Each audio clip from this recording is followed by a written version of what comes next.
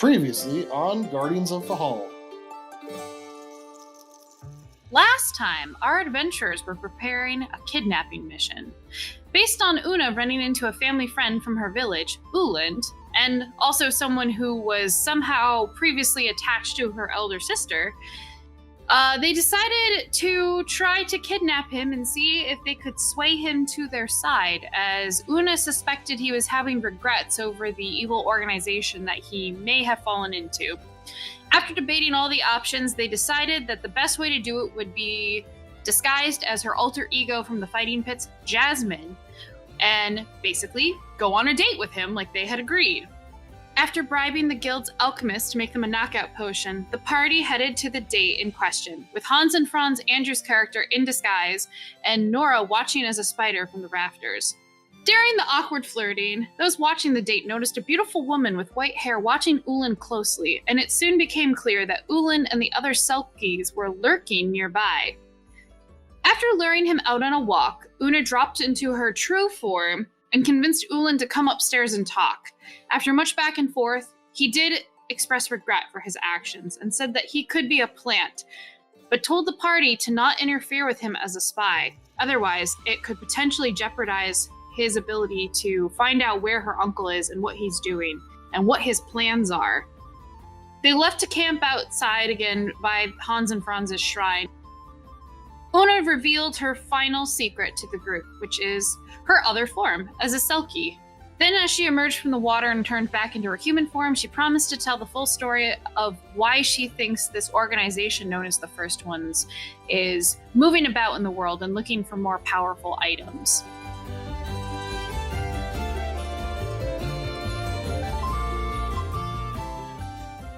All right, so the rain is pouring on you guys as Una emerges from the river. Her hair is still hanging loose after her transformation from her seal form into the Una that you all know and love. And she's expressed that she has a story to tell explaining what she thinks is going on with all of this chaos that has happened over the last few days, and maybe why the Selkies are trying to steal something from the school.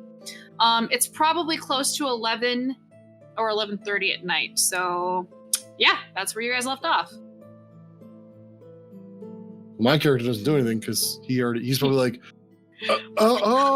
crazy. Yeah, I didn't know at all. I never would have expected this. That's so weird. I never would have known. That's what a Selkie is? That's all he does. There was a description from Una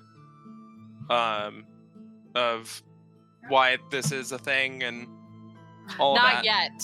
Okay. Not yet. She said she was going to explain why. Yep, Okay. I'm going to explain everything once we get back to the camp, but Okay. I wanted to be by the water for obvious reasons. Yeah. So I think Rowan's response would just be something along the lines of, "Oh, so you're like Nora." Meanwhile, Nora, you know that meme of the lady who's trying to do math in her head? Like that's Nora. It's the, but wait, but how? Got 50 calculations. Yep. Wait a minute. Wait a minute. I guess after Una kind of stands there awkwardly, just waiting to see if there's like any major questions, and seeing that there's not really, she's going to say, "I can explain more, but I believe we should set up camp since it is getting a little late. And then I will tell you everything." You all can make it back to the shrine pretty easily, and it's not really, I mean, it's raining. It's probably like a 10-minute walk from where your guys' shrine is to where that closest bit of the river is that she was able to transform in. And then 10 minutes to set up tiny hut, or 11 minutes to set up tiny hut, and y'all can get in safely. You can have And alarm. Oh yeah, all your horses. What are you doing? Are you just gonna let your horses be out in the rain, since apparently horses don't mind that? I mean, Here. let them hang out under the trees. Yeah, they can hang out under the trees. I'd also set up alarm too around the camp, like we normally do. Mm-hmm.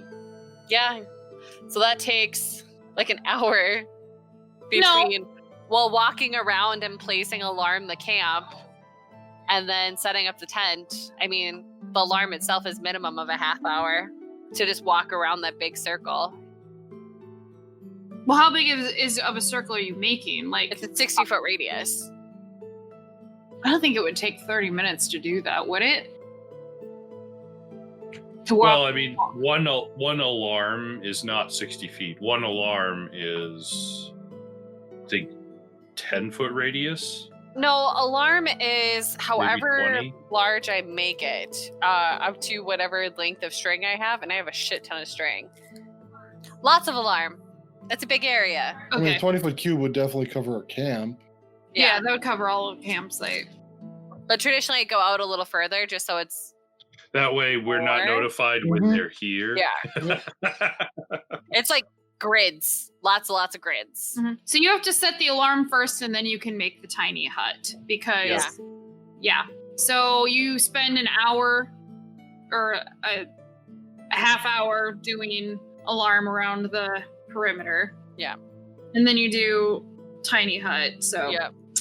you guys are just waiting in the rain for 40 Well, you minutes, guys so- can talk. I mean, Una Yeah, I mean, if there's anything you want to talk about while Una's doing this, go ahead. Is what I'm saying. As you're sitting in the rain, I picture Rowan is like casting out his big arms, like Tortoro. Like, here we go. My twiglets. I just gotta take a big drink.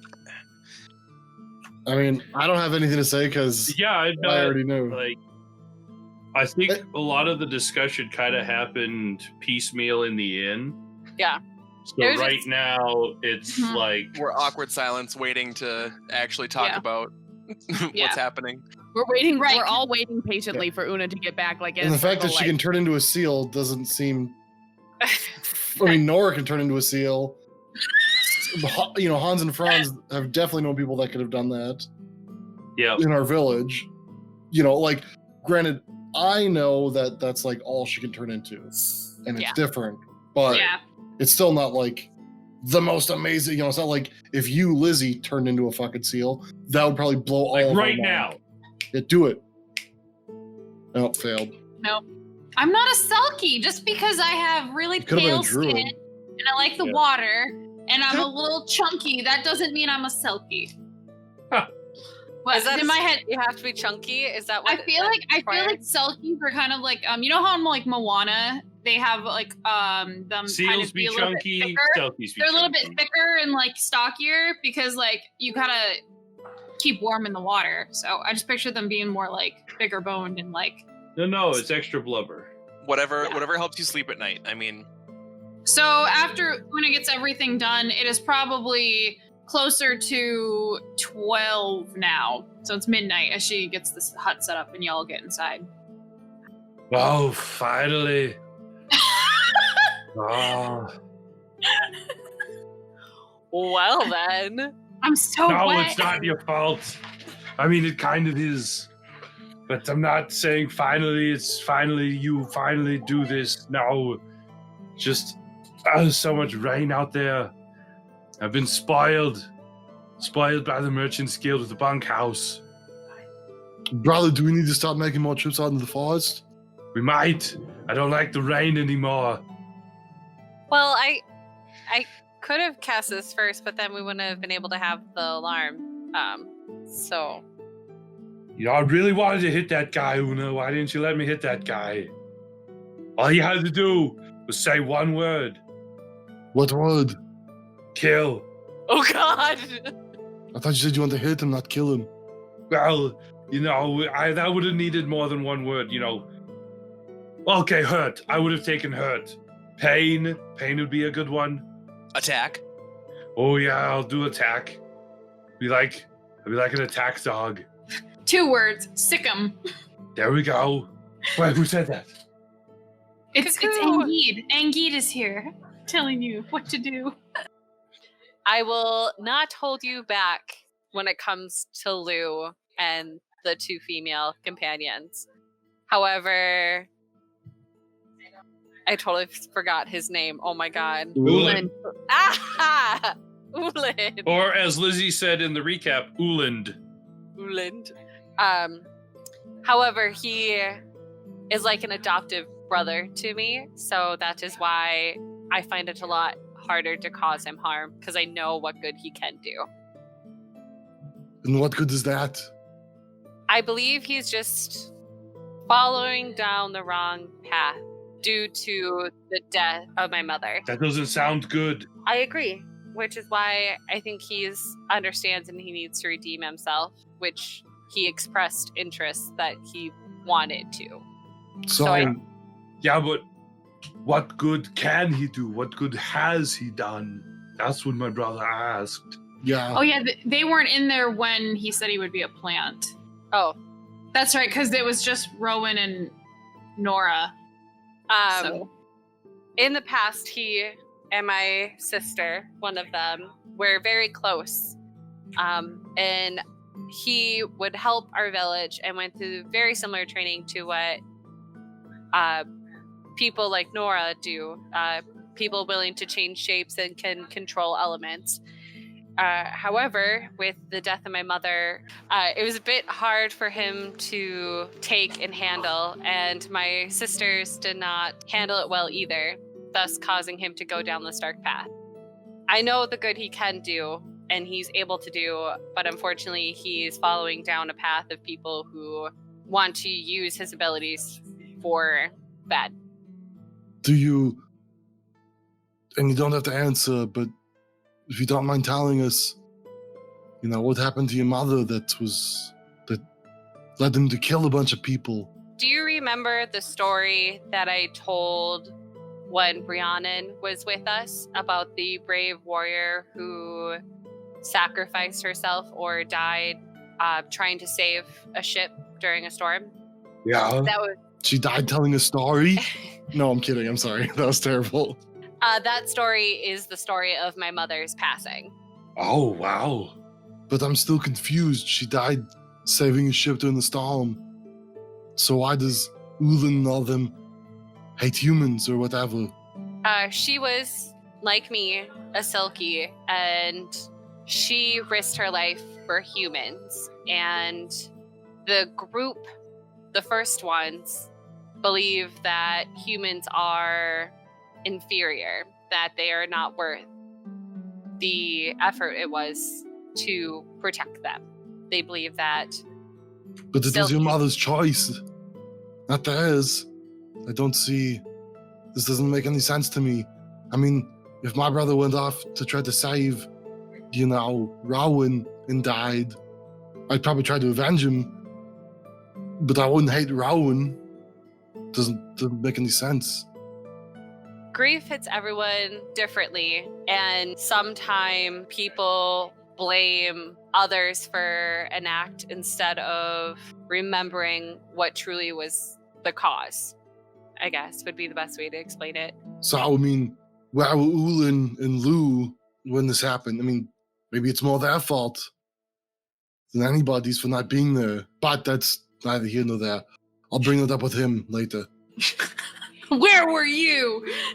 It's more of a case that they don't believe that we should even risk our lives to protect those that they deem inferior. It would be like crushing an ant under your boot, is what I think that they treat humans like. So, is it just humans that they consider inferior, or is it others as well who are not Selkies? I think that it is anyone they deem unworthy, which would be anyone not blessed by the sea. But unfortunately, I'm not too knowledgeable on that. I'm so very confused. They hate humans because they're not them. So they killed a bunch of people from your village to get back at the humans?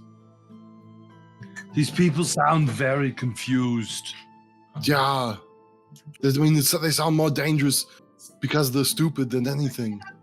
Well, regardless of whose fault it is, Una, I am very sorry to hear about the loss of your mother. Thank you. It means a lot. It's been 10 years? Yeah, about 10-ish years.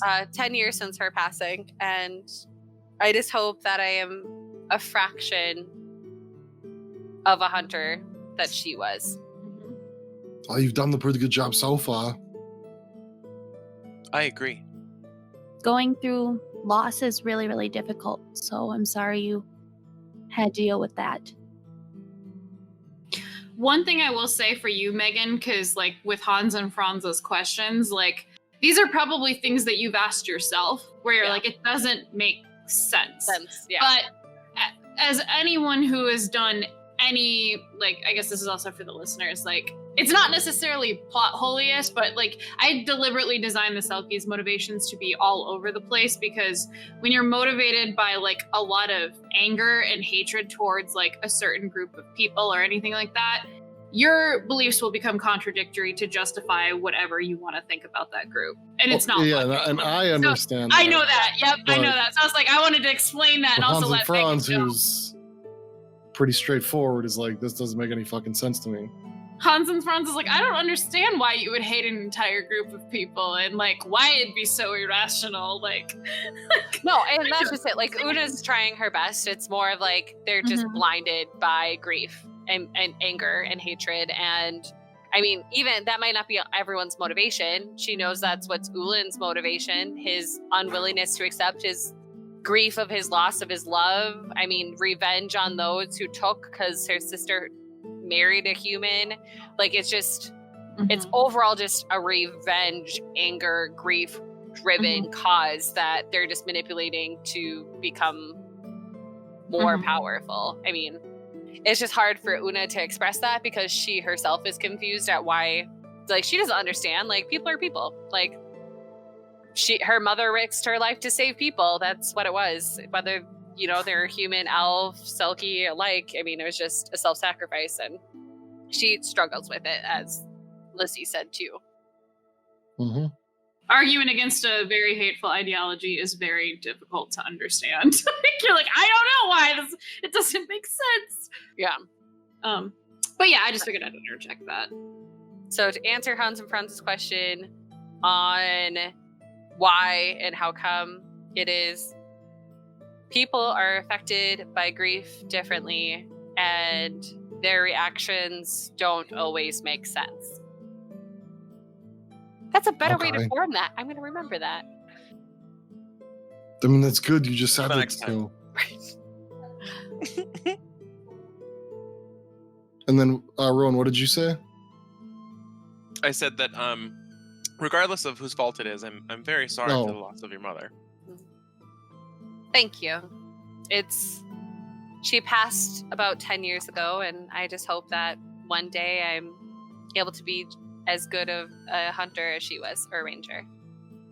Well, I mean, you've already done a pretty good job, so you're getting there if you're not already. Una will smile and like that weird, like, remembering type of smile, not like a happy smile, but like the I remember this moment. It was almost like a bittersweet. Yeah, like a bittersweet smile. Somber smile. Yeah, and she'll say, I am not even 100th as powerful as my mother was. Your mother was level 100? Holy shit. Boom! Well, no, she was more than 600. She was a god. Yeah, she was basically a god. My mom was a god. Like, let's just be honest. What, we know more about storms? That sounds like endgame stuff here. Oh no, what if my mother's alive? I know how to bring your people down. You just put them in a storm. Apparently that's their Achilles heel. Wow. Well, she's a god and she goes down by a storm. I'm just saying. She wasn't a god. He was a god of air, and she got taken down by water. Or wait. No. The other way around. The other way around. You said, you know this guy and whatnot. Yes. So what good can you do for us? Let me start at the beginning of why I'm even here. You guys know that I'm here looking for someone. I'm looking for Lou. Because he's a part of a group called the First Ones that murdered a bunch of people from my village. They specifically murdered humans from our village. The reason they did this is because they find themselves superior. And my main drive behind this is because I believe that somehow my uncle, who my mom's brother, was involved because he disappeared 5 years ago. Was it 5 or 6? Or was it more than that? I'd have to double check my notes in one of the older episodes, but yeah, I think it was yeah, because like he left before. Yeah, 5 or 6 years sounds right, because he left before the thing happened with like a bunch of people getting With the just murder. murdered. Yeah. Yeah. Because originally they thought it was an accident because the way it was staged, and then they realized it was like a deliberate deliberate attack. Yeah. So, because my uncle left 5 years ago, I thought he somehow got mixed up with this group after trying to deal with the loss of his sister. And the reason why I've been so stuck on Lou is because he was very close to my uncle, and I knew that he was one of the members that was part of the attack. And it also turns out that Ulin left and joined this group as well.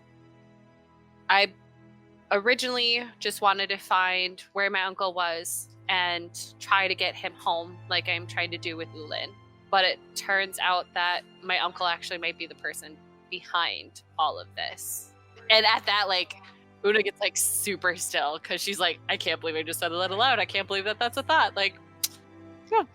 What's her emotional disposition as she said that? Is it like, other than just kind of like, I can't believe I said that, is she look upset? Does she look like I think she's more angry at herself. Okay. It's not like she's not angry, like she's obviously angry at her uncle, but it's more like, how could I be so stupid? Like, how did I not put A and B together, knowing that he was powerful, he didn't need to be manipulated? Like, why didn't it make more sense to me earlier that he could have been the one behind it? So for her, it's like more like a slap in the face. She's pissed off at herself that she didn't see it sooner.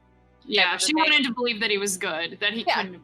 She wanted to believe that Lou was behind it all. Like, she didn't want to believe that her uncle had shit to do with killing humans. Like, that was totally Lou. Lou's a giant bad guy. She's put this giant bullseye of, you're an evil dick face, and you need to die for what you did to all these people. And now she's like, well, that makes my uncle an even bigger dick face, and I don't want to believe that. So maybe Lou's not that bad of a guy, or maybe like she's more just pissed off at herself. Right now it's more just anger and frustration with herself at this point. And now she is also battling with the fact that she was told to keep this secret by her village, to not tell other people that she was a Silky, and she just told 4 people. So she's like beating herself up right now. Like, that's not like, she's not defeated, she's just more angry at herself. You know, sometimes it's hard to see something you're very close to. You know, it's like the old saying, you can't see the forest for the trees, because you're so close to the tree, you don't realize there's a whole forest. Are we talking about me? No, you're not the forest, Rowan. I mean, is there more of you? Not that I know of. What if there's a whole forest of Rowans? Well, I mean, I believe there are forests of Rowans, but not like all Rowan. Like Rowan trees. Right. Yeah, I love you. anyway. You know, it's difficult to see sometimes when you're so close to something that it's not what you think it is. You don't have to be mad. I understand there's frustration there, but, you know, you've got some good friends here, and we'll help you make sense of it if you need us to, if you want us to. I definitely need to understand why my uncle's doing this and disgracing my mother's memory, if that is the case. But it also sounds like he may have been driven by an external force as well. Ula mentioned something about a god. Is that what he said? Was it a god? Yeah, he described it as some sort of. He didn't say God. I don't remember if he said that. It was He's an like, artifact. yeah, he said that your uncle brought him a sense of purpose because he had been speaking with like a great ancestor. That's what it was. And normally when you guys have ancestors, you speak of them as like ancestors, multiple. There's not like a hierarchy. So a great ancestor like sounds very foreign to Una, like where it would be on a level of godhood versus your ancestors are more of like guiding spirits than a god. But the way he described it sounded like how you would describe a god. Yeah, so it sounds like he may be driven by what he calls an ancient ancestor, which traditionally our ancestors speak as one, not as one together, not as one as an individual, which is very odd.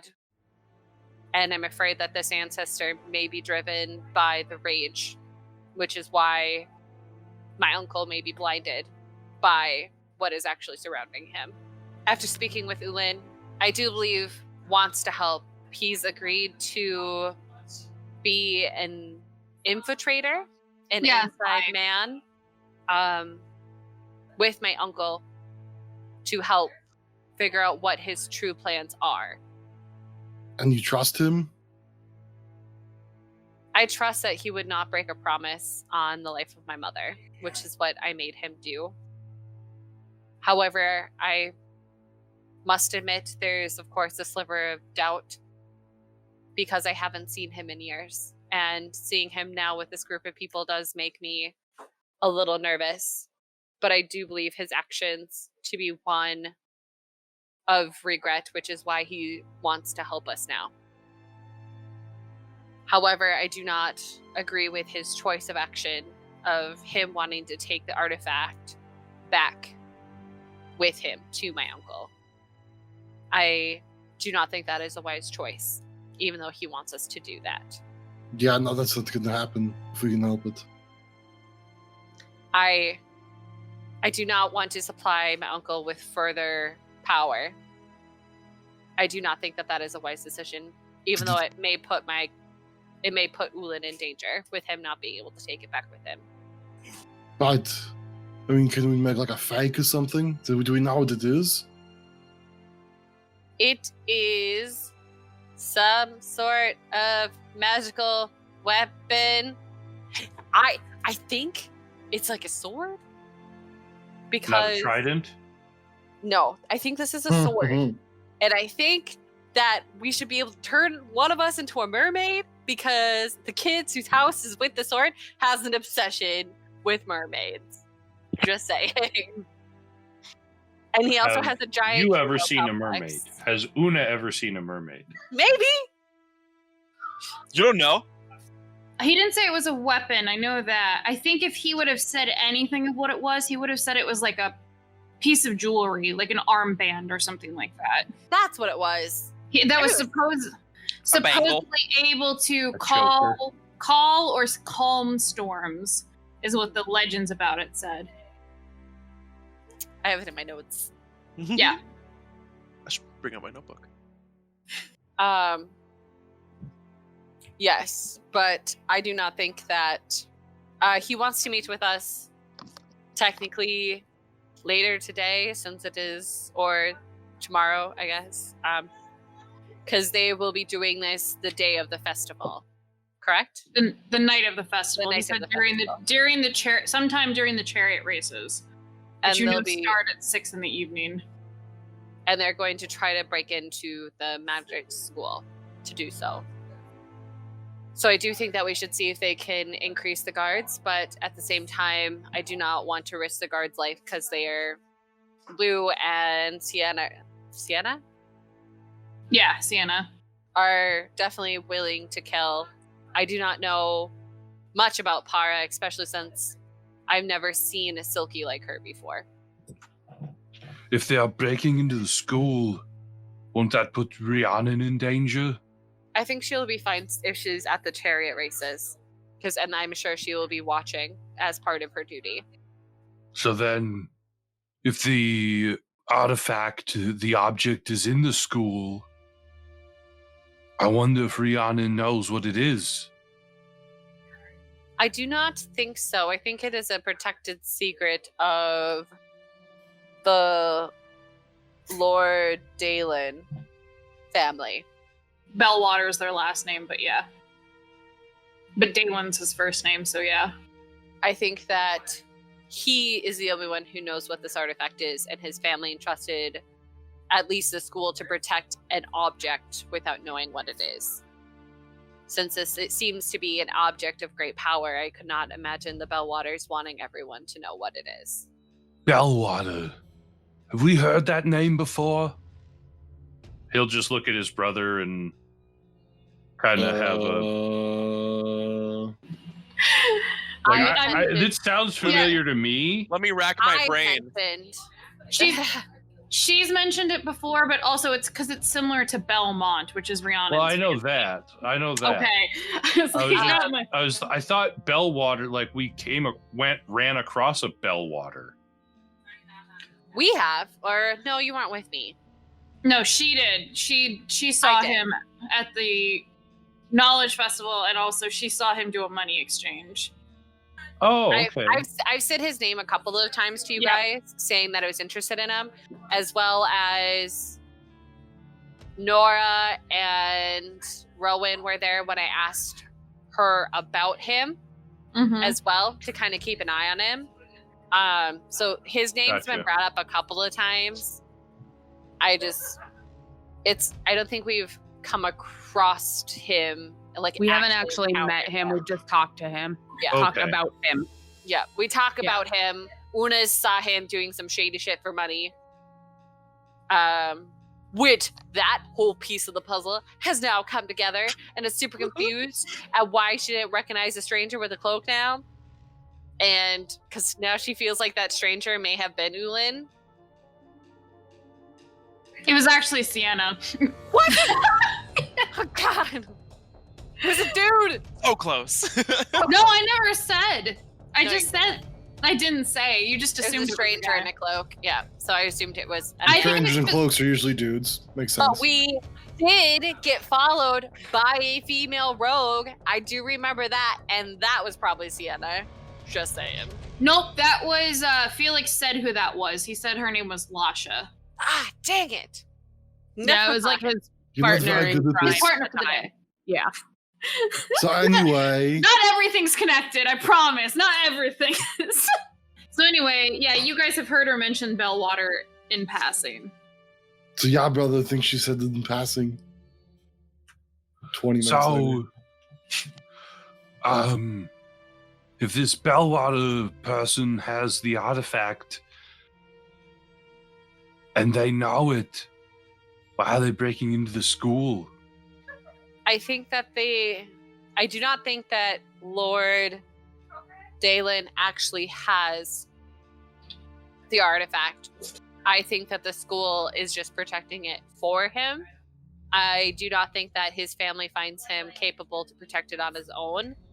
However, I think that they're trying to use Lord Dalen as a way to get in to where they're storing these magic items, since I personally witnessed him doing some sort of trade for money, and I believe that was a trade for magical artifacts. Well, does he own the artifact? His family does, but not him. From what Rhiannon said Rhiannon and Ulin both said it was like, well, Rhiannon didn't know if there was a magic artifact in the school, but Ulin said it was his family's artifact, which is why they looked for him, was because they knew. So, does his family live here? No, they're back at So the it might coast. just be in his rooms then. Yep, they're on the coast. I mean, the school may not know that. I mean, I it do could not. just be in his rooms because he lives there. Perhaps he doesn't even know. It is very You possible. never know. I'm curious to see if the school and him know about this, or if the school just has a vault and he's aware of the vault and he's trying to help them get in. Like, in Harry Potter when they had a secret cupboard that went into the room of requirements. Anyways, I think But that wait, I thought this was his family's. How would he not know? he may not be privileged to that information. Then how would Ulan know? Lower Lord. I think that they found him because of his last name. What? I do not think that they found him because they thought he had access. I think that that's what they originally thought, and then because I do not know why they would drag this on for months if they knew that he specifically had it. I think that they would have taken it from him long before if he actually had the object himself, instead of going through all of this trouble to try to manipulate him into helping them. So they knew that the object was in possession by a Bellwater, and through their investigation, they found him. So now they're using him to get into the school because the school is in possession of the artifact that his family placed in their care. I believe so, yes. Got it. So if they're going to break in or sneak in or do whatever they're going to do during the chariot races, what do you want to do?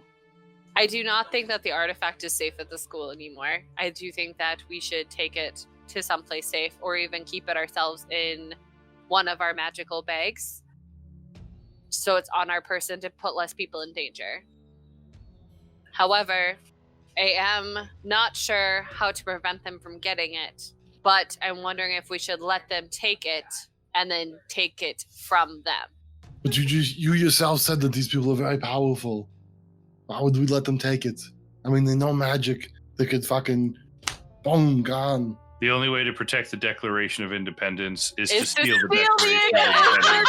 Yeah. How did you know that, Yeah. Mr. Josh? I may have watched that movie yesterday. Just saying. Gonna Independence Day this. So wait, which No, one? do you think was- Independence- Oh, National What? treasure. What are you talking Treasure. about? Sorry, Lizzie? national treasure. National What the treasure. heck? Go home, Lizzie. You're drunk. I am home. Go out. home more. I'm just trying to think. Can we, would Rihanna know where there's a vault in the school so that we could really do a national treasure, get the artifact before they do, and, I don't know. Yeah, I don't know how we would protect it. That's the thing. Putting it in the could bag we of use holding. it? Well, Yeah, that but- too.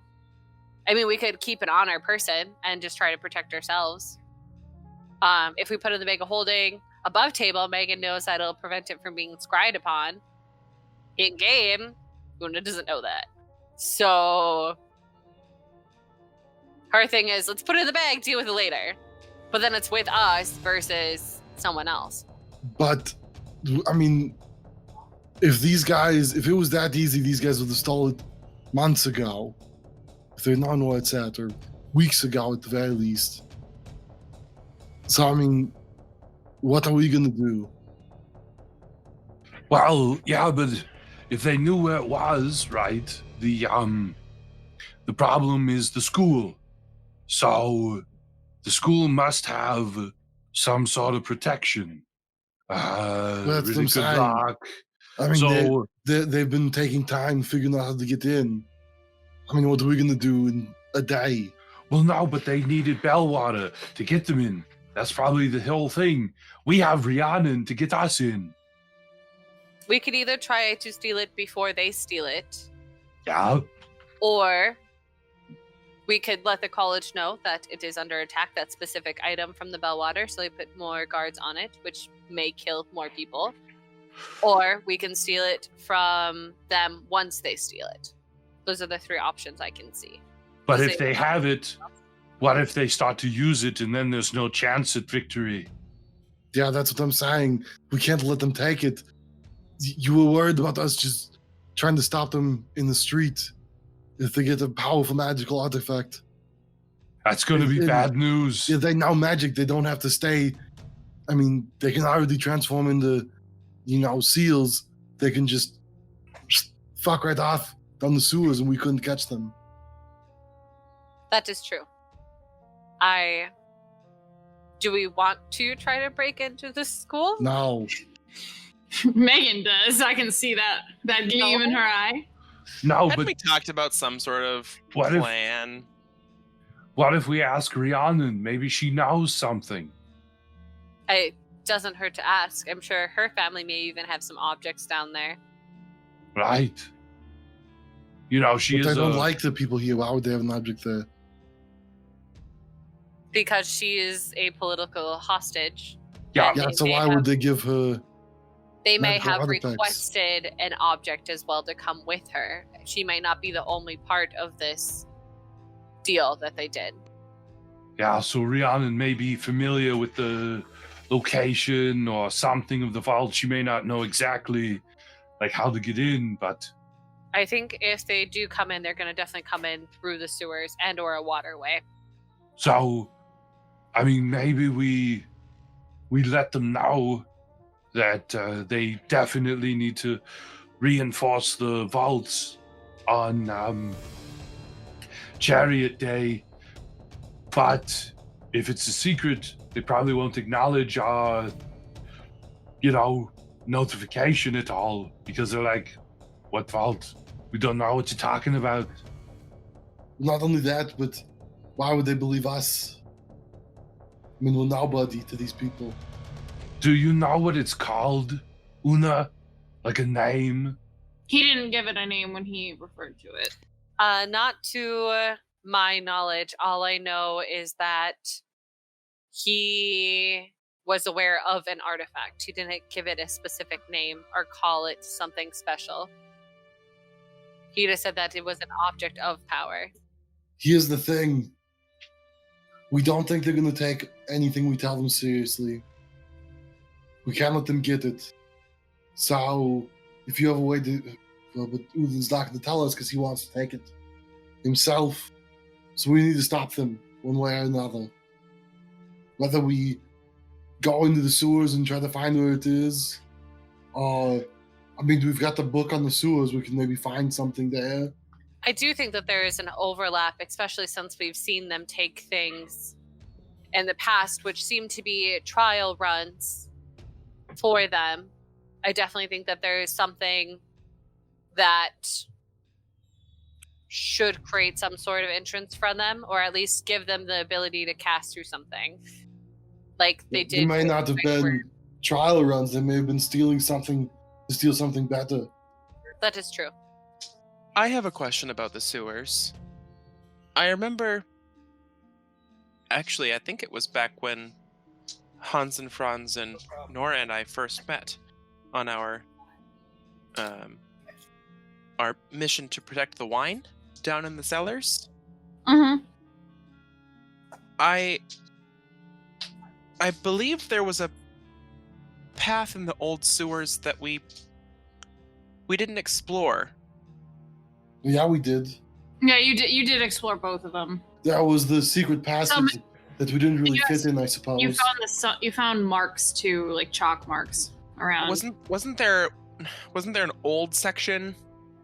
Yeah, it like- went like... Yeah, you Above. did do it. Yeah, Megan had to go Oh, up, Una had to so- go up. yeah. Oh, that's Like- I wasn't there that episode, was I? No, you were there. I don't think I was there when Una went up into. Well, she couldn't because it was just small enough for her to like kind Right, of. so we wiggle haven't through. explored that. Well, but she saw it went up to like a higher Yeah. level of the aqueduct. That doesn't mean it's explored, Lizzie. God. Yeah, no. So Well, there's I know. I'm a completionist here. layers. We need to explore everything. There's layers of aqueducts, and we went Right. on Uh-huh. one of the layers. There's another layer that we didn't explore.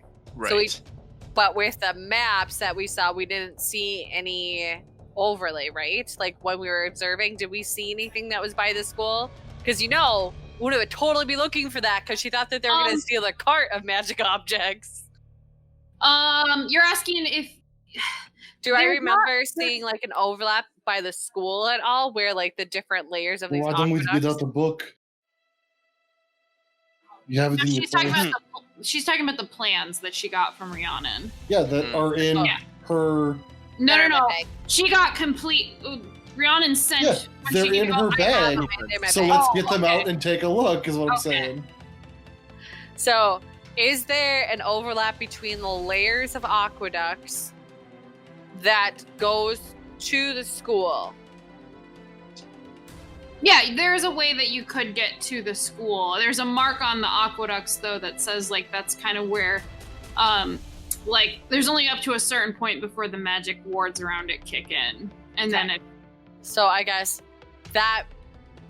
Could I, as a survivalist, even though I'm not familiar with urban settings, which should be a favorite terrain eventually, just saying...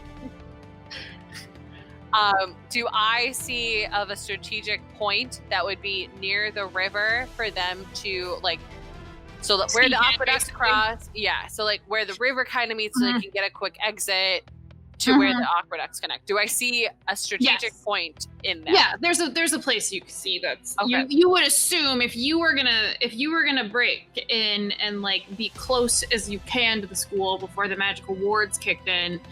You can find a path where you're like, I think this would be like where I would go. And especially somebody who's a Selkie and can move around in like the water and stuff like that, it's much easier. So Well, if they've been planning things for probably months, 6 months, and they're any sort of good heist crew, then they'll probably find a way to drop the wards. Yeah. Just saying. I 100% agree with that assessment. Yeah, that's totally Aaron and not Rowan, because Rowan would be like, what's a heist? I don't know, maybe Rowan's been reading some fantasy or some He sort has of gotten like into gambling a spy bunch lately, so... Yeah, gambling, maybe he's fantasy been mystery novels. Yeah, he's been reading some mystery novels on the side. That's why I don't think that we can break into the school. I think Right. it'd Well, we be don't need to break into the school if we can get to that. Rhiannon. Wow. if we can get to that spot. Yeah, that bottleneck where they have to come Right. through. You know, if we go down there tomorrow afternoon and sit down there for a day and a half, you know, we could probably do some pretty good disguising. Disguising. Yeah, to like put an ambush. Oh, okay. I was like, disguising. What you talking about? The only fear I would have is if for some reason I am wrong and they go in at a different spot. That would be my fear. Well, I mean, we can go. I can go talk to Rhiannon tomorrow and just let them know. I mean, she's got a little bit of pull over there. I don't want to put more people in danger since they're not afraid to kill the guards that are protecting these things. Yeah, but that's what they're there for. They're gods. They're the god.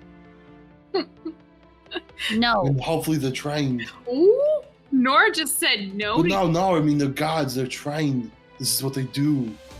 Don't just...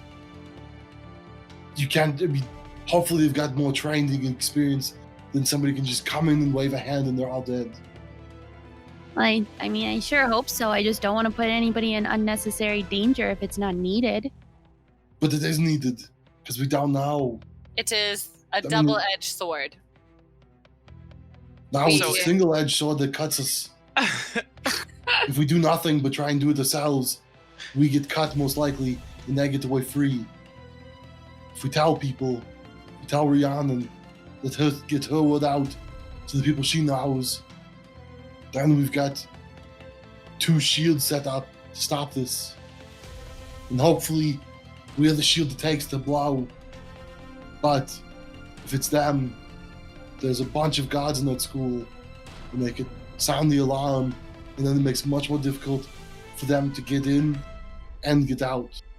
As much as I don't like the idea of others getting hurt for whatever this mission ends up being, I think that might not be a bad idea. As long as Especially they have since- a fair warning ahead of time, I think it's the best we can do. I mean, yeah, if there's more gods, that means they've got the warning. If there's only 2 guys there, they're easily going to get killed. But then, if they get what they're looking for, to be thousands dead. You know, if 10 gods perish, I'm not saying that's okay. I would feel bad for them and their families and their friends. But if they prevent thousands from dying, They're heroes in Because my of an book. artifact. Yeah. Right. So we can't look at the micro. We've got to look at the macro. That's probably not something he would say. The big painting, as We can't as look we at say. we can't look at the stream. We have to look at the ocean. There we go. He's been reading some books, you know, he could have learned that. Yeah. Microcosms and macrocosms. Yep. That was his last book he read, so. Theory of micro and macrocosm. Yeah. As far as I see, if we don't tell anyone, even if we do tell someone, we have two options if we're at the school. One is stopping them where they might enter, and the other is catching them before they can get the item. The second one may require that we either befriend the Lord or trick him into letting us in or something like that. But I think those are our two main options. Well, yeah, and I think if we talk to Rhiannon, I mean, if she's got a way to get us down by the vault, I mean, that would be the best bet, but... The Lord does have a desire to be a hero as well. I thought you were going to say with a mermaid. That too. I need a hero. I'm holding out for a hero. He wants to bring honor to his family and prove that he is good enough. Yeah, but what's his version of good enough? What's his version of honor? We know Rhiannon. From the stories I've been told, he likes to rescue. like Sir Wrestle Rust. Rescue. It's wrestle rescue. Rescue. Rescue. Rescue ladies in distress. But there isn't a lady in distress here. We might be able to convince him that working with Para is bad, since that's been his main contact through all of this. However, she may have deeper teeth in him than I even know.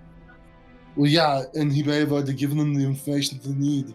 So we could try to see if we could get him on our side, but unfortunately I do not see much hope in that path. Yeah, I mean, we've already got an ally. I'll speak with her. Because no offense, you guys shouldn't be anywhere near the school. Who? I mean, Everyone? You fly. Because he's literally... Ulan has seen all four of your faces. if they've seen my face, brother, they've seen your face. Now, I was in disguise. Oh, you're going to go to the school disguised. Okay, I got it. Sure. Well, now it goes me. Then that's the problem, because if it's your face, they've seen your face because they've seen my face. Now, brother, we don't look that close. I've got the beard, Close. longer hair. You can't just grow hair in the beard overnight. Okay. We also have my hat of disguise. Mm-hmm. Well, yeah, but I can get in talking to Rhiannon. I've got the paperwork. I'm an ambassador. I'm an ambassador. If this is a diplomatic mission, where is the ambassador? No, I've got diplomatic immunity. Diplomatic community. Community. Because I can die hard. Hans and Franz goes around waving his diplomatic immunity, and then Rhiannon's like, I regret giving you that. Like, you can't just use the park wherever you want. You can't Waving- park your horse here, sir. I'm Waving giving that around his immunity. diplomatic immunity. Yep. That That's what you call sounded it? like something else. Brother, you can't just pull out your diplomatic immunity. Did you just tell me I can't do something, brother? No, I don't no. know what happened. I do think that we might be able to also use Ulan as well for this. I do not think that he'll agree with our plan, but maybe think we he'll can. understand. I'm sorry, Una, but until he proves himself, I do not trust this man. Sam, do you have what's Nora's reaction during this? When Ulan's brought up? She start making flowers again? No. She's Stress flowers. yeah, no stress flowers this time. She's fine. She's more of just listening at this point. She doesn't to be completely honest, you guys can tell that she's kind of like, I don't have much of an opinion at this point on this one. So whatever we think is best as a party, she will go along with in terms of Ulan. So, tomorrow morning, I'll go talk to Rhiannon, and then we need to find our way to this point of no return or whatever in the aqueducts. I do not like the idea of you going alone. But they've never seen me. Did they saw you go into the bar after you took off your feathers? So they do know what you look like. And what bar after I took up my feathers? So after the fight, and we went to that tavern, I took the mask off like as I was walking in, and she was already long gone. She remember you guys followed had us in spot- there, No, didn't you she? guys, she spotted didn't. her like blocks back, and she was like, "Oh Mhm. fuck!" Took off running. Yeah. Yeah, I do not feel comfortable with anyone going alone right now. I But understand. it'll be in the middle of the day, or the middle of the morning. Didn't you tell me that I was not allowed to go anywhere alone? You were going at night to a bar. You weren't going down to get new socks at this market. Also, Felix would be very upset with us if any of us went anywhere alone. I do not think it's just Lou's crew that we need to watch out for, because the Thieves Guild also put a target on our backs. But again, We've got a lot of enemies. we've gone down the main road from the guild to the school. I mean, I'm not going to sneak into some alley. I'm not going to let somebody lure me somewhere I don't know. I'm just going to go there. I was gonna say, Ulan did say that the Venerable had kind of been, because you guys hadn't done anything recently, like they'd kind of relaxed a bit about stuff. But he was like, just be careful, like don't go back to the Boar's Head. Send me a letter to this place, you know, like if you want to talk to me, but don't use your name, say Jasmine or whatever. So like they've lightened up like tracking on you guys, but yeah, that's what Ulan said. But I think, yeah, there's caution. I mean, should we try and contact Felix tomorrow? I don't see why not, but won't it be kind of a slow meeting? If we, raise the signal, then we gotta wait till the next day at noon or something like that. Well, no, we can do it right away in the morning. Oh, okay, raise the signal right away, and then go to the And bar. If he's there, he's there. If he's not, well, whatever. Okay, sure. So your plan tomorrow is... Oh, is that where we step in? Yeah. Apparently. I don't know, what's your plan, guys? Like, I don't know if you've decided whether you're going to try to intervene or... So I'm going to go to Rhiannon, Yep. tell her what's going on. And then the last thing that I had said was we go down and try and protect the only entrance that we know of, unless Rhiannon has a way to get us down by the vaults. Yep. I think that's about as far as we got, right? Yeah, I think so. Had we talked about letting Felix know? Yes. You as also well? you also said that you weren't sure if you were going to tell Ulan about you interfering with it because Well, we don't have a way to really I tell him. think he knows. No, he kind of probably assumes we're gonna do something. He's said he doesn't want us to, but he knows we're not gonna listen to him. Well, and I don't want him to know. Well, and Yeah. he told you to. He told Una and you guys were there, Nora and Rowan, that he figured you would want to talk right a little bit closer before it happens, because right now you guys are in the night of the 15th and the festival's the night of the 18th. And he said, like, if you wanted to meet up, you could send a letter under the alias Jasmine to the Dandelion Inn. And For a hookup. yeah, and then he could meet you guys somewhere and talk more. Yeah, but I mean, I'm not going to suggest that because I don't want him to know. Right, that So was if just Una a wants to recap of- suggest it, we can discuss it. But Yeah, and Hans and Franz wasn't there when he said that, but Una and Nora and Rowan said that. Nora will not say anything. Okay, that's fine. I'm like, I just wanted... Yeah, I think that's everything. I mean, I'm pretty good with that. my brother going and talking to Rhiannon, doing the charisma thing. I'm good with that. How many days do we have again? 2? How many? 3? How many? What? Days till the before chariot. A day and a half. It's the night of the 15th. The festival is the night of the 18th. So you guys have tonight, the next night, and the night after that.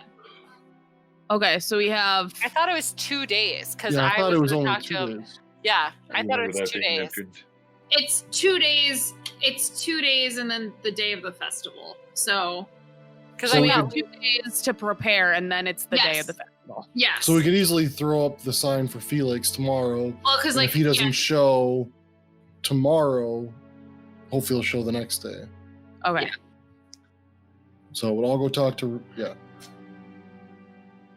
I'm gonna message Lauren and ask her if she wants to hop in. Maybe. I'm gonna see if she's free too. Maybe. She's playing Well, Terraria right now. Does she Oh. does she know what to expect? Kinda. I told her that there was a possibility that they might try to get a hold of Felix, and she said, "Okay, well, if that's the case, just message me, and I'll see if I can hop in." But okay, so Lauren asked, she's like, "Is there a way for them to contact Felix? Even I thought they gave him a way to contact them for help." No, we Not wanted the to be other both way around. ways. But we didn't Um, set anything up yet. Yeah, we did. No, he did. No, We had the I think hard Like Yeah. we Lauren- didn't, because we're not master So Lauren rogues. Lauren might be right, because I remember you guys gave Felix a feather, and he was supposed to leave it at the guild for you. And I then don't oh no, wait. No. Yeah, Wasn't there was something that at was the part inn? of it. But Like, there was no, we did something at the bar that we went to. Yeah, there was something. We dropped something off there. Is that what it was? Maybe not. Maybe not. No, because I don't think he would have wanted you to go. He didn't tell you where his We hideout. didn't want to go where his hideout was. It was like, and I could be totally mistaken on this, but this is something I feel like I would have suggested. Like, we'll essentially make like a chalk mark here, and if you see the chalk mark, go to the That wall. Something along those lines. I remember the feather. There was supposed to be a feather left and show up at this tavern with the one you guys went and talked to him at the first time by in between the school and the way to the aqueducts entrance where you met Hughes at. Okay, But I well, if don't we don't have remember. a way, that's fine. Yeah. Well, and Felix probably has some sort of Dropbox thing that maybe I didn't have nailed out with Lauren, because she wouldn't have told you where Felix's hideout is. But he would have probably has like a safe box somewhere of like where he can receive mail. But if we didn't go over it, that's fine. Yeah. So you guys might not have a way to contact him, but he might have a way to. I know he has a way to contact. For sure, him. yeah, he has a way to contact us. The feather thing is legit. Oh yeah, he's right. Yep.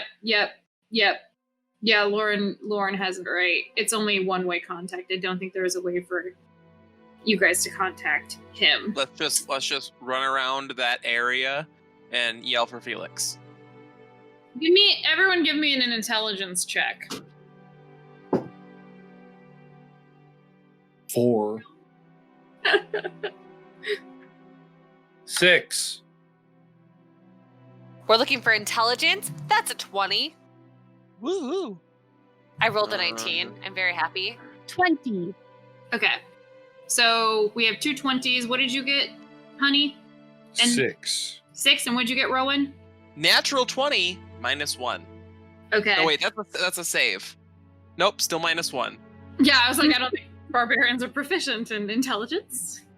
Okay, so for you guys who rolled a 19 and 20s, and this makes sense because you were there. Ulans gave instructions saying that, like, you can send a letter to the Dandelion, but he told you do not come there because that is a venerable spot. And if you go there, like, you are going to, like, you might get, like, it would go bad. It would go very bad.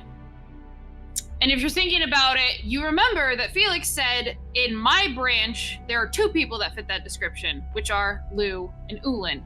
which makes you think that Felix probably front is the dandelion. That's what? Send him a letter. So we have a way to contact him, and if we have 2 days, he didn't we give can you one. usually do it. Yeah. You mean we have a way to blow his cover? No. We You don't have send to. a letter. We just send a letter. We don't have to drop off the letter ourselves. We can send someone from someplace To the else. post. Find a little Yeah. boy on the street and have him go run the letter. Yeah. And you could give a fake name. Hey now. Just say, meet us. You could have him give a fake name and put a feather in there. And he would know who it was. And he's like, motherfucker. Motherfucker, how'd you find me? How'd you find me? Who ratted? So the plan is, Hans and Franz goes to the school. You guys go back to the guild and do whatever you want until he gets back. And then someone's sending potentially a letter to Felix. You've cracked. I mean, I have to send a letter to Oren anyways, Yep. which I still technically need to Mhm. write. So, So we'll take care of your guys' business at the guild and stuff too tomorrow. And so I'll tell Lauren to just chill for a bit. But so you guys doing watches or? no, Because I there's no think- need to. Okay. So unless there's anyone who wants to talk to anyone before they all go to bed, we. I don't want to talk to anyone. Okay. I just want to go to sleep. Una may wait for everyone to go to bed and see how long it takes Nora to fall asleep. And if Nora falls asleep, if both Hans and Francis fall asleep before Nora does, Una might go and talk to Nora. Nora actually was planning on kind of she can't sleep right now. She has some stuff going through her head. So you'd probably be able to catch her if you wanted to. Okay. She's pretty obvious when it comes to discomfort. So I guess, I don't know. I'd wait for them to fall asleep. And if I don't know how late Hans and Franz were planning on staying awake. Not bed. late at all. I mean, because after we get done discussing, it's probably It's probably 1, 2 1 a.m. It's probably 1:30 in the morning. Yeah, so I guess especially if we're not taking washes, then Una might talk to Nora because she knows that she kept a big secret from Nora, and she's probably not happy with Una about that, and she's not happy with Ulin and Una's motivations to help Ulin. Nora's just laying down. She's doing Are you, that trying to sleep but clearly can't. So are you pretending to sleep, or just kind of She's laying there with doing that, eyes open? She's kind of laying there, and then she'll turn over to the other side. Eyes are still open, kind of like that. Why the fuck can't I sleep? I'm trying to maybe if I close my eyes for a sec. Nope, that doesn't work. And it's not like I can go anywhere with you either, because I have to be inside this dang thing. Yep. Can I just say I love being a character who never actually sleeps, is always technically awake, but Yeah, also so you has just- you no don't get interest in it, spilling but- beans about what people are talking about. Right? Rowan just Rowan hears Rowan, everything. Rowan just sits there, catches all the gossip, and drinks his tea that he doesn't have, but he probably should have. He's like, I'm just having a tea party by myself. this is some juicy shit. Shame no one's gonna know about it but me. Aaron, yet. Yet. Why do you say yet? It's a thing. You never know. You never know. Una would kind of go to Nora and how do I want to word this? Nora, is everything okay? I don't know. Do you want to talk about it? I don't really know what there is to talk about. How are you feeling? I know this is a lot for you. I mean, bringing up your mom and your uncle and, your village and your village's history. It's a lot in one day. I'm more worried about you because this is now the second time I've put you in a bad situation, and I feel bad about it. because I don't want to, but it seems to keep happening. Do you mean the whole thing with the artifact? Or More of what happened at the pit, the fighting pit, the lack of plan that you mentioned before you weren't happy about. And then again with the date thing that you weren't comfortable with. And then me talking to Ulin with you there. You didn't seem very happy about that either. And then you also didn't seem happy that I wanted to talk to Ulin alone. So I feel like my decisions keep making you unhappy. it's not that, and it's not you, I promise. I'm sorry if I've made you feel bad. Oh, now I feel really, really bad. Don't He's just gonna kind of keep cutting, Oh like, my cutting God. like the bad guy. No, to tell the truth, it's actually just because I've been worried about you.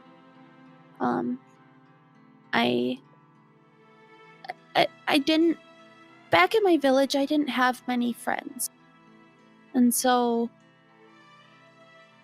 I guess, I always had Rowan, but I never really had a friend who was another girl or a sister or anything. And so, I don't know, I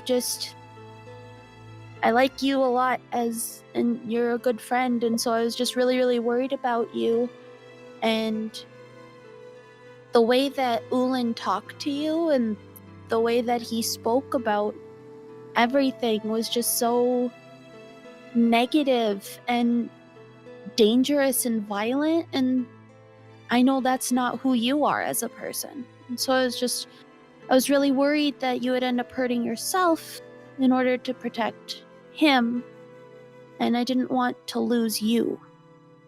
So that's what was kind of upsetting me then. It wasn't you. I know you were just putting your heart in the right place and you're trying to help people, but I was worried about my friend.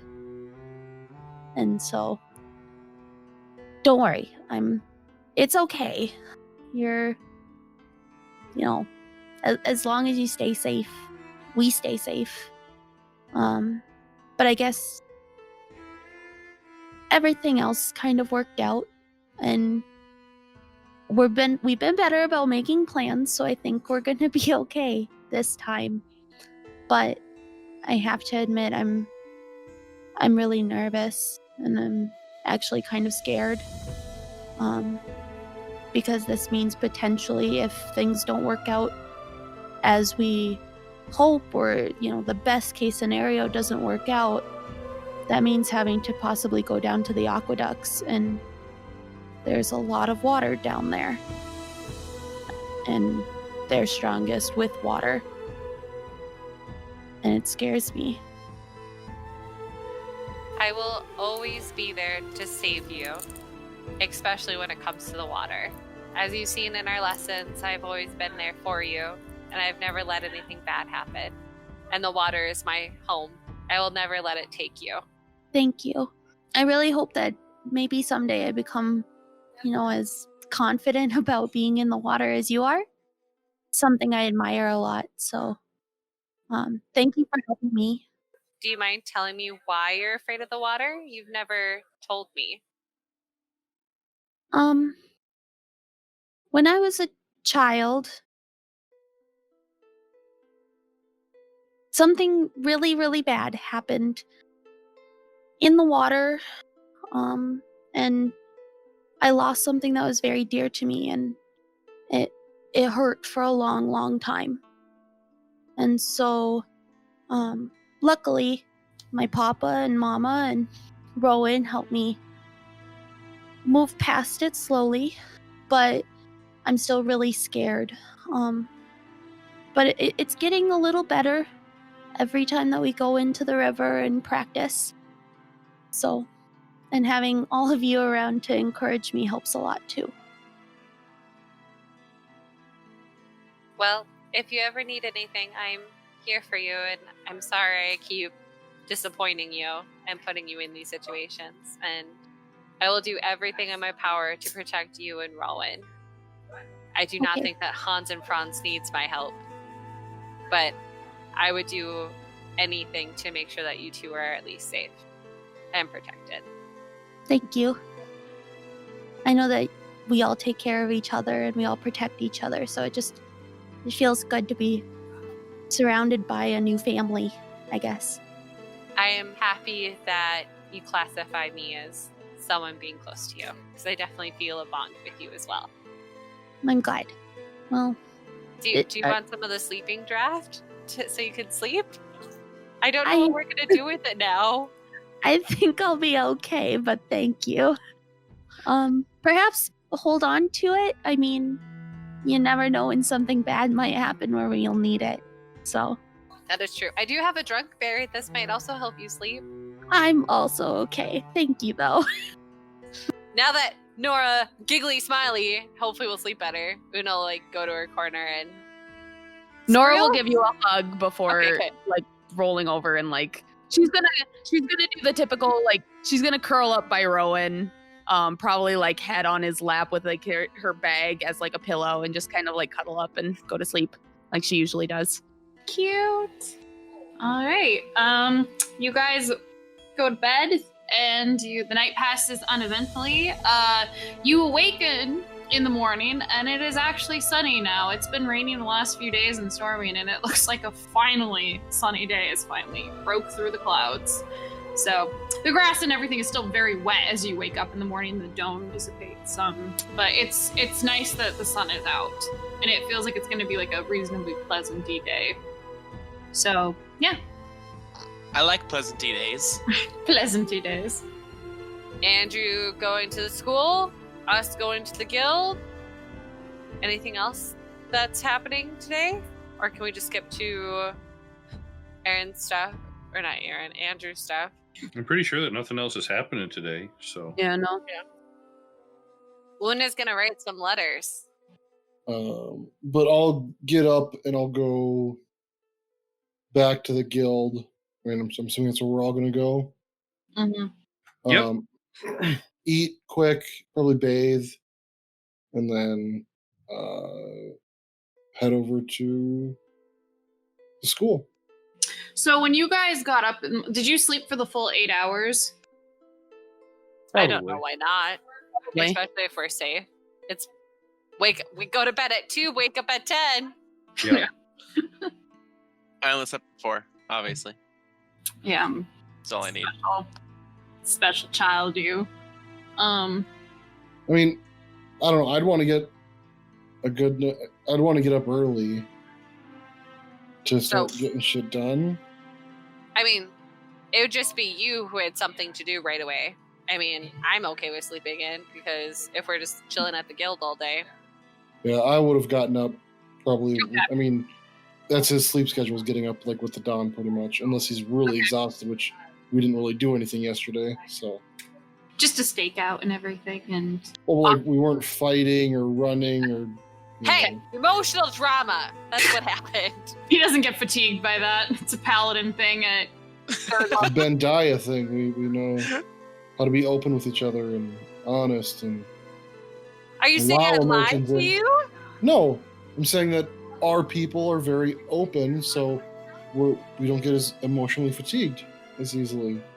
I'll put a pin in that. I won't question that for now. Okay, so if you woke up at dawn, and you went back to the guild, which is probably 20 to 30 minutes from where your campsite is. Well, I'm riding Sureblood. Okay, so then 15. 15-minute walk, you go shower, and it's 15 to 20 walking and then 15 riding? No. It's 20 to 30 walking, I said. Okay. So. I thought I said 15 to 20 walking. No. I'll ride my horse 15 minutes. And I was like, yep. Doesn't make any sense. If I did, then I misspoke. So slow trot. So if you're waking up at dawn, for this time of year, dawn is probably at because it's September equivalent. 8-ish? 7:30-ish? Okay, yeah, 7:30 or 8. Shower, river, whatever you do. Are you working out too or no? No, I mean I've got stuff to do. I can work out in the afternoon. Okay. So by time let's see, you're showering and getting you probably will get there at 9 in the morning. Okay. All right. So you get there and you go up to the gate and what do? Do you just like hold out your ring like this is my signet for being here? Was it a ring? No, it's an inside joke from an old game that we were all in together. Like the bard went up and like held up his ring, like, "Don't you know who I am?" Mm-hmm. No, I mean I would just go up and I'm here to speak with Lady Rhiannon. Let me see if she's available, and he will send a little paper note. And after like, it takes a little bit longer than the other note did. And well, I'm assuming you said who you were that was visiting too. You didn't just, they would have asked you like who's calling for business. Yeah. So they do the letter send thing, and it takes a little bit longer than normal. And they read it, and and the guard today is a woman, and she says that she is currently in her lecture, but she said that you could go wait until their, what would he call it? Out of class? Yeah, they're Recess. yeah, until they're out of class. Wait, we get recess? Hell yeah! I get the tire swing. Where's the jungle gym? Where's the jungle gym? You sounded And- so good about that, Lizzie. That has a where's different the connotation jungle if there's a comma added in there. Yeah. Where's the Yeah. jungle, Jim? Jim. I'm just channeling my inner William Shatner. Where is the jungle, Jim? And the female guard asks one of the other guards to kind of like escort you to like where this specific area is, and they name like what building and classroom it is. And basically. No, they call it the I don't. It's fine. No, it's not atrium. It's basically like a not quite a theater room, but it's basically like a lecture room. A where, lecture like, hall? Yeah, not a hall though, because it's where like the seats are elevated up, and then like there's somebody sitting down. Yeah, a It's lecture like a hall. lecture hall. Okay, then a lecture hall. Sure, it's a lecture hall. Okay. And takes you probably like this is a little bit in a different direction than you went before, because before you went to a main hall and then up a tower and then you got teleported somewhere. This time there you go in through the main hall, go off to another building, down some hallways a ways, and then you are you can hear voices carrying from outside this room because it's very echoey, and it sounds like there's two people talking. And you see a room probably full of like A ventriloquist act? Oh my god, I'm so excited!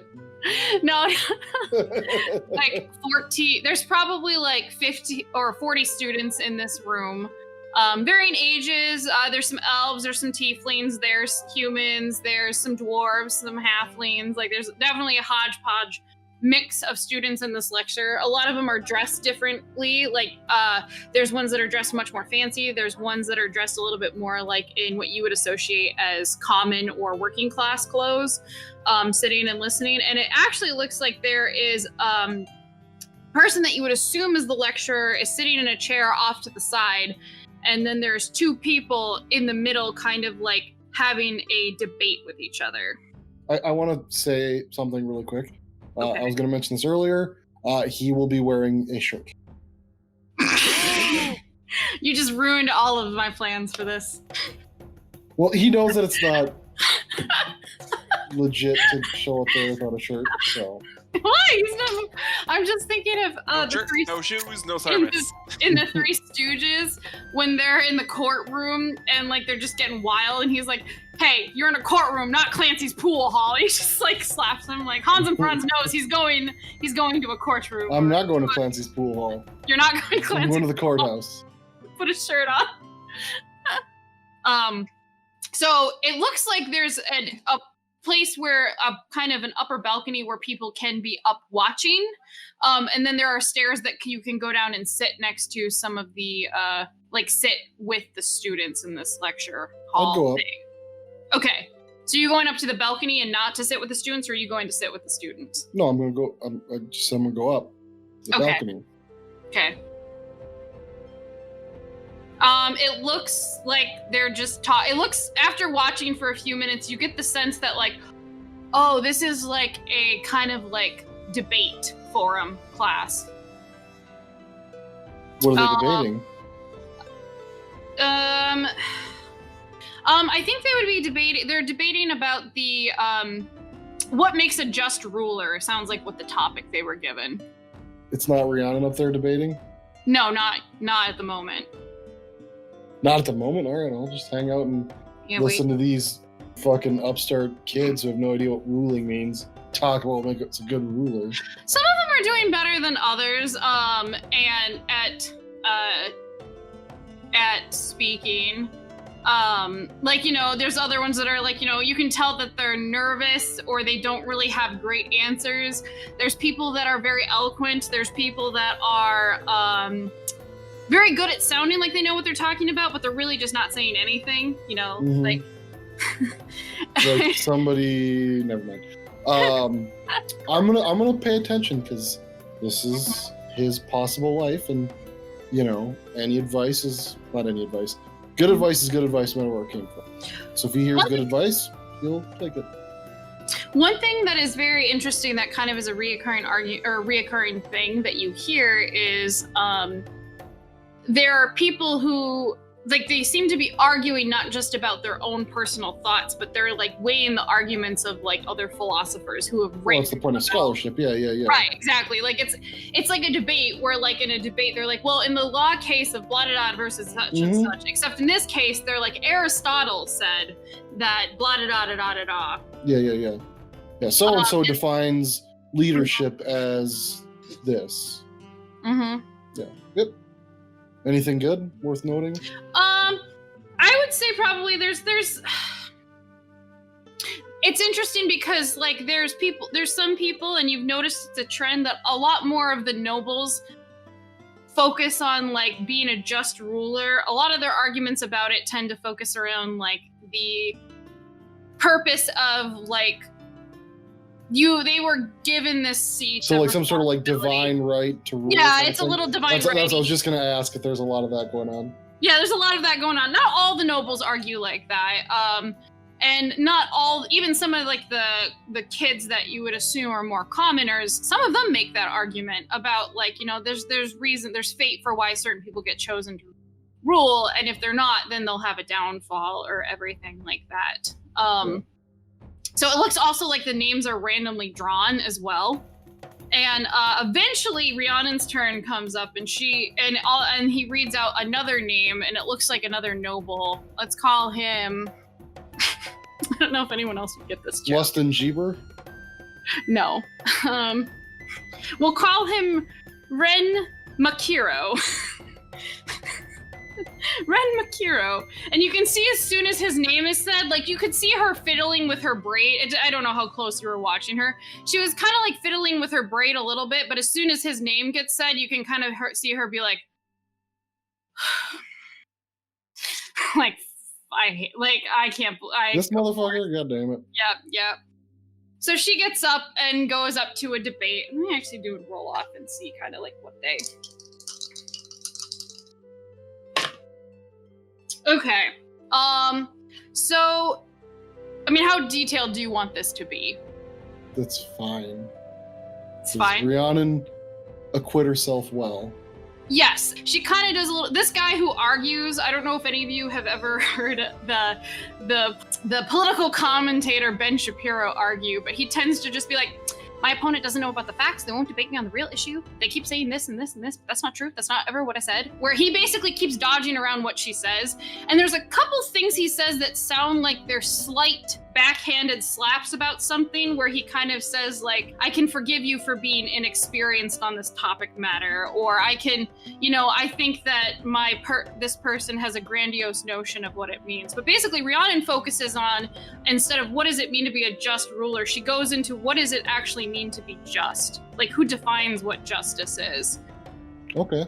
Where does the circle end of like a lot of what was been talked about sounds like justice, but it also doesn't really change anything. So we say a just ruler, but they might not be just. And whether they're a good person or not or chosen doesn't mean that makes them just. Like, she's arguing more abstractly about this. So it's kind of like she holds her own, but you can tell that there's a couple times where he definitely comes off as more confident and she came off as more like probably a well thought out argument, but it wasn't quite as punchy.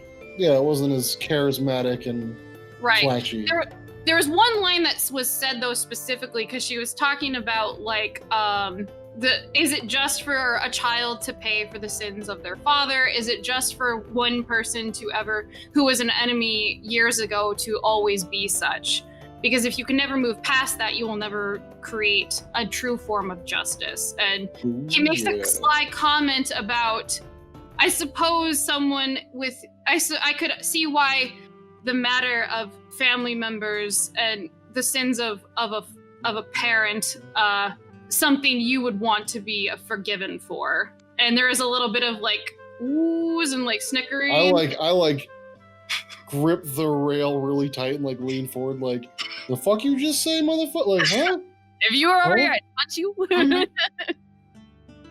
And strangely, like when Rhiannon has like when she's talked about her father, she gets a very distant expression of like a poker face.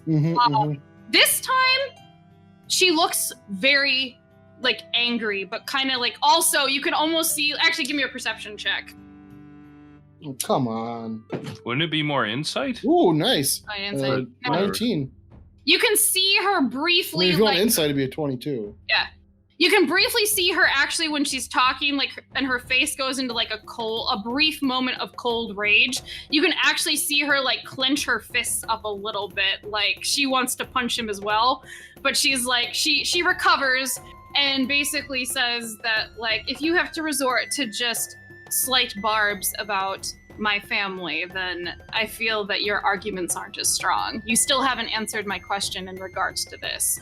And kind of recovers. And it goes on and back and forth, back and forth, back and forth. And like the teacher claps and is like, well done, exercise, you two.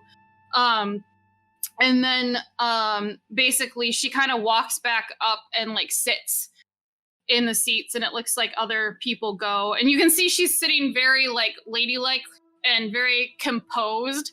But you can kind of see her like gripping her palms a little bit like this, where she in her hands, like where she's like, God damn, I want to slap that kid. Don't punch him. Don't punch him. Yeah, don't punch him. Don't punch him. I get you. But yeah, I guess after like a while of that, she kind of starts looking around. Oh, no. Oh, wait, what's her passive perception? Okay. Yeah, she doesn't necessarily notice you during the lecture necessarily, unless you kind of try to wave to her or something. Okay. So probably like another hour goes by, and then it looks like they start wrapping up, and the professor's like, dismisses them, says everyone did a good job. I'll make notes for like your whatever grade later, blah da da da da. And basically, she'll kind of like wave goodbye to her classmates and start going out the door. Looks like she's quelled the rage a bit. When they start wrapping up class, I'll go down and just like stand, obviously in front of the entrance, but like back a ways and just kind of like stand there with my hands behind my back. Give what's his butt a shoulder when he walks by. Or a smite, whatever. Inflict wounds. After a bit of time, or just a little bit of a minute, she finally notices you and walks up. And she looks genuinely happy to see you, but you can kind of see her have a little bit of a surprised expression. Mm-hmm. I didn't expect to see you so soon. I thought you were busy until the festival. That was the plan, but there's something I need to speak with you about in private. Oh. She'll kind of like look around of where to go. Where's she? Some of the classes are probably still in. There's some walking gardens like nearby here. Do you want to just go there? If you think that'll be safe. It's pretty, Or you know, not safe. If you think that'll private, be yeah. private, yeah. Yeah, it should be fine. How have you been? Good. You did very well in there. Thanks. You speak of leadership from somebody who wishes to emulate true leadership, and not just what people think leadership is. Maybe, but it doesn't always translate well to a crowd, which is half of the battle of being a leader. It's not so much what you say all the time, but how you say it. Which, in this case, you know, the debate was a scholarly debate between you and Reen? What was his name? Ren Markiro or whatever. He was trying to win the crowd, and this wasn't the place to win the crowd, this was a place to debate. I feel like when it comes to it, and you have to speak, you know, to the everyman, if you will, I think you'll do fine there as well. Well, thank you. I appreciate it. I think as long as the teacher gives me a passing grade for now, I suppose that's all I can really worry about. But and you guys walk a bit, and she asks like small talk, like how have you been? But eventually you guys kind of go on like these gardens, and they have like some hedgerows and some paths and stuff, and you can find a place after a while that looks like it's got some hedges and like a fountain nearby, and then there's like a bench, like a couple benches, and basically she's like, will this work? Yeah, that should work. Okay. Sit down. She kind of was like, wait a minute, and then she does prestidigitation and dries the bench off because it's still a little bit dewy, you know, and wet from the rain the other day. Sure. So, we've sort of stumbled across, worked our way into something that's, I'm not sure the danger. Una sure seems to think it's very dangerous. But it sounds like somebody's going to try to break into the school during the chariot race tomorrow evening, or the evening after tomorrow. You can see her face go like serious, like how positive are you? Wow. Let me finish my story and you'll have an idea. And I'll just kind of tell her, you know, I'll summarize it like that we don't necessarily know if there's a vault or if it's in this guy's room or if somebody else, another student has it, you know, whatever it is. And just like, you know, is there anything you can do to sort of warn people, get some people on guard, you know, that something may be happening? Or should I speak to somebody at the school? You know, we don't really want to tip them off, but we've got our own plans. If there's no way for us to be near where we think this is hidden, there's a place in the aqueducts that we think would be a good point to get into the school, and so we're gonna try and hide out there. Yeah, you can see her thinking for a bit, and she's like, so you're saying that there's a group of thieves, and I'm assuming you didn't mention that they were Selkies or anything. Oh, no, I wouldn't have mentioned Selkies, no. Yeah, but just, there's some people. I would give some description and stuff. Right. Because it doesn't do her any good to not have description. Right, yeah. And she's like, they're working with Dalen Bellwater to steal, you think, his family family I wouldn't say that I think he's working with them. I don't know I will tell her. I don't know what his involvement is, if he's helping, if he's, we don't have anywhere near enough information for that. Well, Una originally asked me to keep an eye out for him, and you can see her kind of like smile and laugh a bit. I can understand why she was dodgy with like her suspicions when she mentioned it to me originally, but she said that she suspected he might be selling magical ingredients to people outside the school, which is still troublesome, but not enough to be sure that was what he was doing. I definitely believe you, and I think this is a risk. I'm just trying to think about what should be done. Yeah, I'm sorry. What's that? Did you say why they were trying to steal the artifact? Like the cult part or anything like that? I'm trying to make sure that I don't assume things. I mean, I wasn't told not to. Okay, I just wasn't sure. So she's like, so you think that they're trying to, and she's whispering, you think they're trying to steal a family heirloom because there's some sort of powerfulness to it for this religious cult. Yeah, whatever it may be, with its destructive power, the power to call on a very powerful being.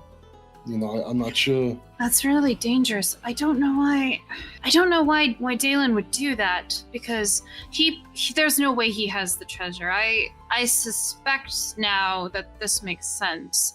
The Bellwaters have had money trouble since the Pirate King's War, and I know that he is here on a scholarship and that Elaine is helping rebuild the coast.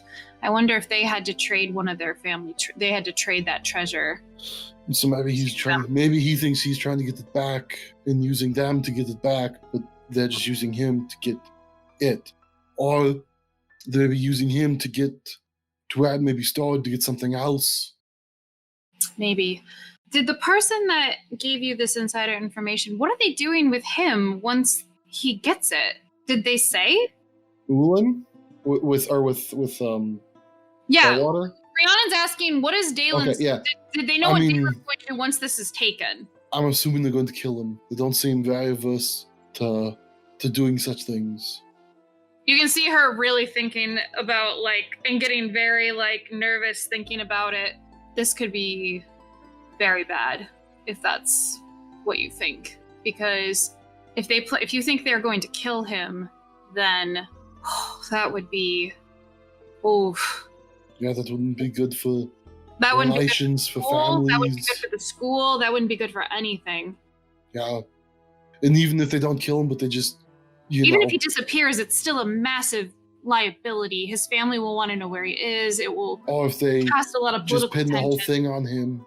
It would, you can see her, start to say something, but then she's like, no, it would be very, very bad for the Wind Plains if something like this happened. I guess you're looking what? Is he human? Dalen? Yeah. Yeah, as far as everyone knows.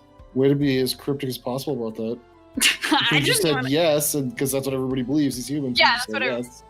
I don't know. I'm very sorry to drop this on your plate.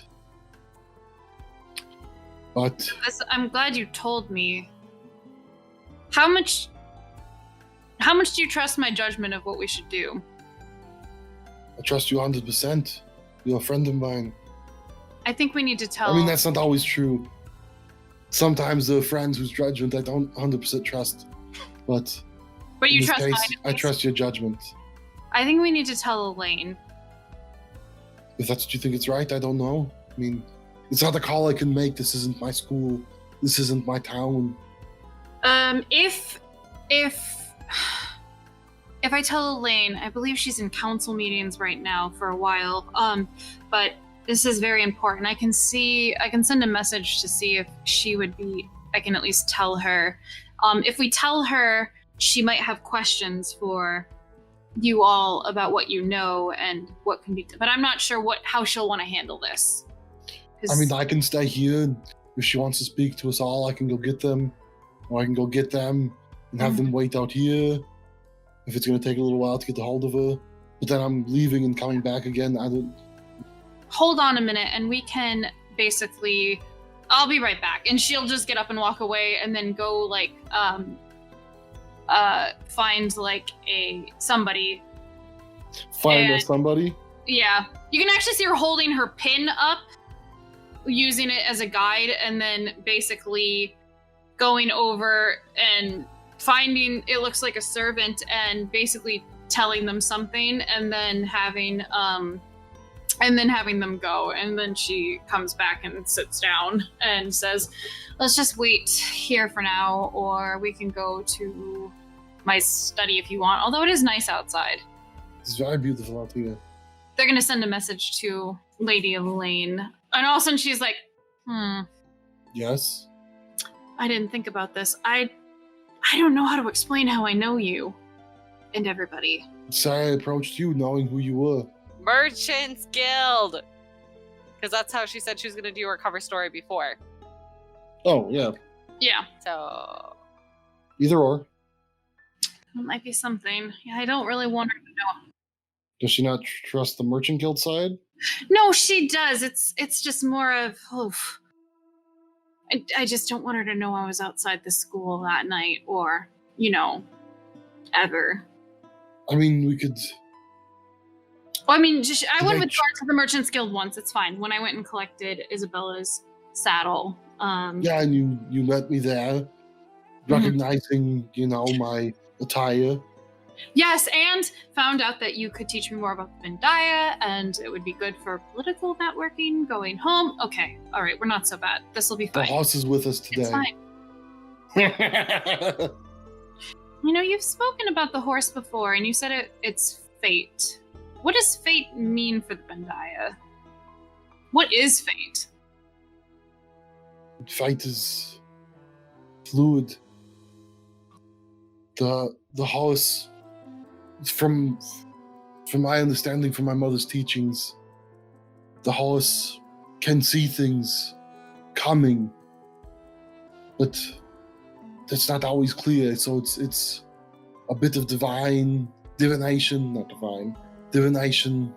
and by trying to become closer to the horse, one of the things that the horse will do is try to read the seasons, the patterns, and some of that comes from seeing the past and learning from that. But, the more you try to pin down fate, the less likely it is to stay where you want it.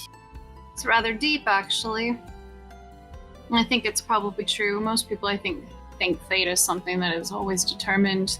I always felt like fate was something that was a choice, whether you looked at the path ahead of you and then decided whether you were going to walk down it or not. I have to admit that when I was younger, I kind of thought that, my mother being the chief of our village and her grooming me to be the chief, there was part of me that just thought, I'm going to be the chief. That's how it's going to be. And then, as things happened, I realized that if I want to be chief, I have to achieve it. It's not something that the horse is going to put in front of me. I mean, in a way, the horse isn't going to give it to me. If the horse wants me there, she'll put me in the right situation. And then it's my choice, my decision to go down that path. You can see her kind of like nodding and listening and look like a little bit more when when she's around you guys, she doesn't necessarily, unless she's around other people, her body language gets a little less formal too, where she relaxes a bit. She doesn't have like the perfect posture, and you can see her like look down like she's thinking for a bit about asking you something, and she says, "What? Do you want to go steady?" No. Here's my Letterman jacket, baby. No. What did the horse... When you said you've met the horse before, where and what did... And all of a sudden you hear Una's voice as you're sitting and talking to her, and it says, "Lord Fancy Pants is approaching." And then immediately, all of the color drains out of Rhiannon's face as she hears that. And immediately she starts looking around very frantically.